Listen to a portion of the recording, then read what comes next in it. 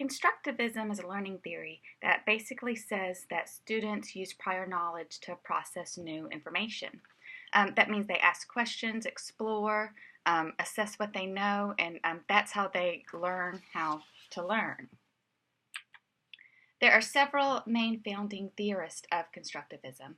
Probably the founding father is considered to be Jean Piaget, and he believed that learning develops as we age through experiences.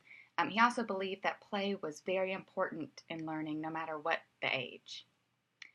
Another founding theorist was John Dewey, and he also believed that learning is connected to experiences. Lev Vygotsky focused on the social aspect of learning, and he stressed collaboration. And then Jerome Bruner also said that learning is both active and social. There are many differences between the traditionalist view of learning and constructivism. One involves the curriculum. In the traditional sense, there's a fixed curriculum, very basic skills, where in the constructivist, there's big concepts and questioning is valued. You want your students to ask a lot of questions to show that they're learning. Students are viewed in the traditional sense as recipients of knowledge, while in the constructivists, they're partners in learning, in their own learning.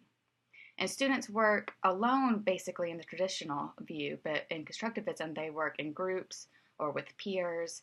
Learning is very social. And the teacher's role in traditionalist view is as the direct lecturer. They're the expert. They are imparting all of their knowledge onto the students.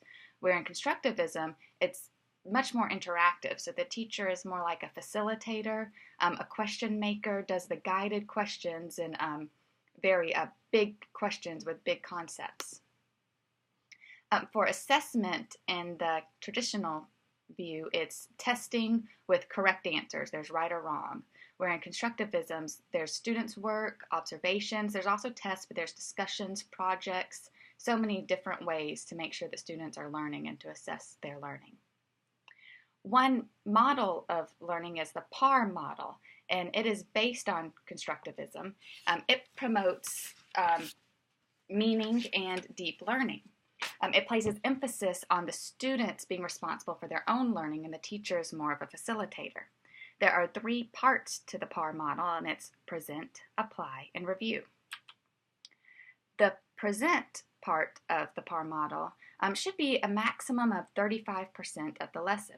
And this is where you give the information that you're planning on the students learning. So you need to state your goals or your objectives and discuss the importance of the lesson, why your students are learning this, why it's important. You'll present new material through examples and demonstrating skills, such as a demonstration video, handouts, cooperative strategies like Jigsaw. And you'll check learning at this stage. At every stage, you'll check learning you'll do it through questions or observations. You'll present the material and then see if they have any questions before they move on to the application stage, where they apply the skills that they have just learned. This is the 60% minimum of the lesson. So the majority of a lesson you plan will be spent on the apply stage. And this is where the students are given tasks to apply the knowledge that has just been presented. Teachers will need to monitor the work and the progress and correct any errors. They will praise and encourage effort and progress.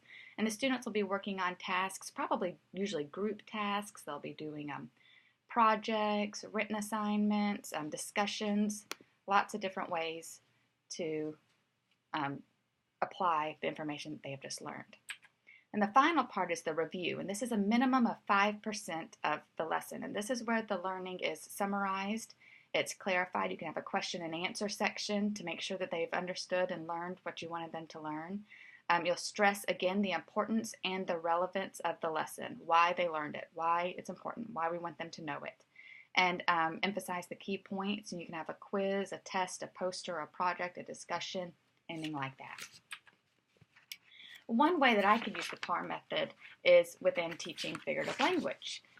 So to begin with the present part, I would explain the goals. I would want them to learn what figurative language is and to use it in their writing. And I start by activating their prior knowledge. What types of figurative language do they already know?